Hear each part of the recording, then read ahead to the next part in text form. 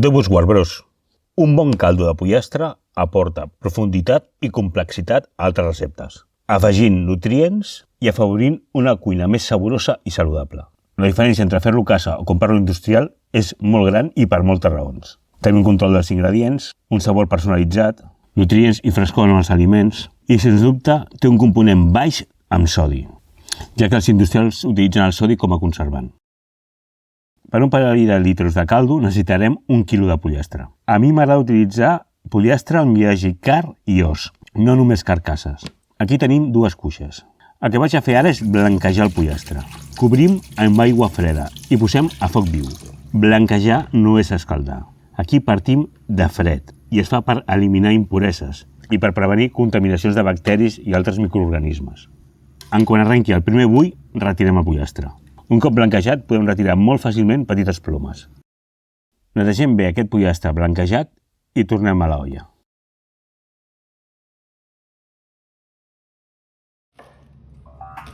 Tallem uns 100 grams de porro.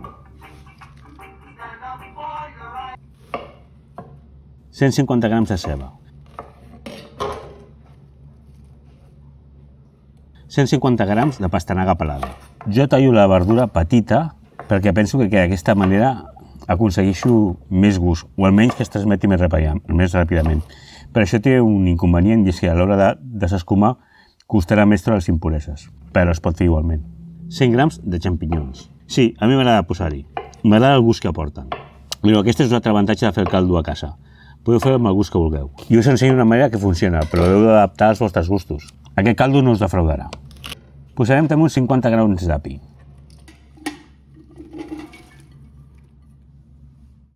3 o 4 tires de pell de llimona, unes boles de pebre, llaurer i una mica de farigola. I ara hi posaré 4 litres d'aigua.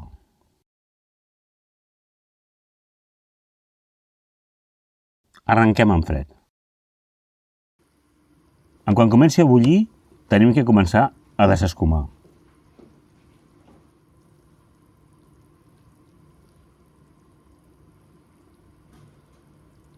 A poc anem tenint l'escuma, que al final són impureses, i evidentment si no haguéssim blanquejat el pollastre encara en tindríem més.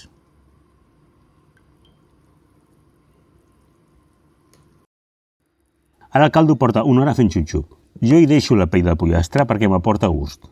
Però clar, també aporta greix, que és això groc que tenim aquí, i que és molt fàcil de treure.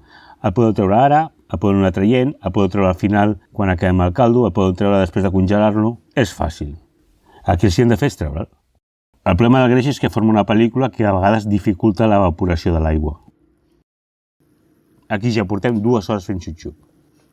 En cap moment salem el caldo. Per què? Perquè l'aigua es va reduint, però la sal es queda i arribaria a un punt que seria immenjable. Ara van 3 hores fent xup-xup. Més o menys ja tenim uns 2 litres de caldo. Aquest és un bon moment si el voleu treure per una sopa. Però jo continuaré 1 hora més, perquè m'interessa deixar-ho amb 1 litre o 1 litre i mig, per l'elaboració que faré, que serà una cassola de pollastre amb gambes, i que veureu dintre de poc pel canal. 4 hores fent xup-xup. Ja està molt més concentrat el gust.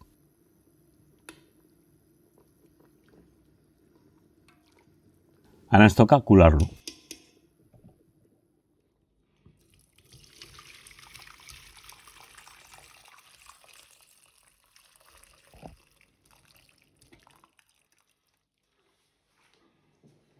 Ja l'he colat, com podeu veure encara hi queda greix, no em preocupa, perquè el congelaré i el trauré un cop congelat.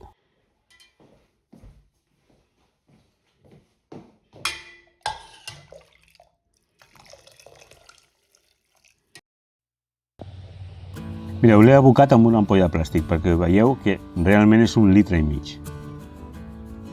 Podeu observar el greix, que està a la part superior. Ara es pot treure fàcilment, però un cop congelat encara serà més fàcil. Finalment vaig congelar el caldo amb aquest recipient perquè sigui molt més fàcil treure el greix.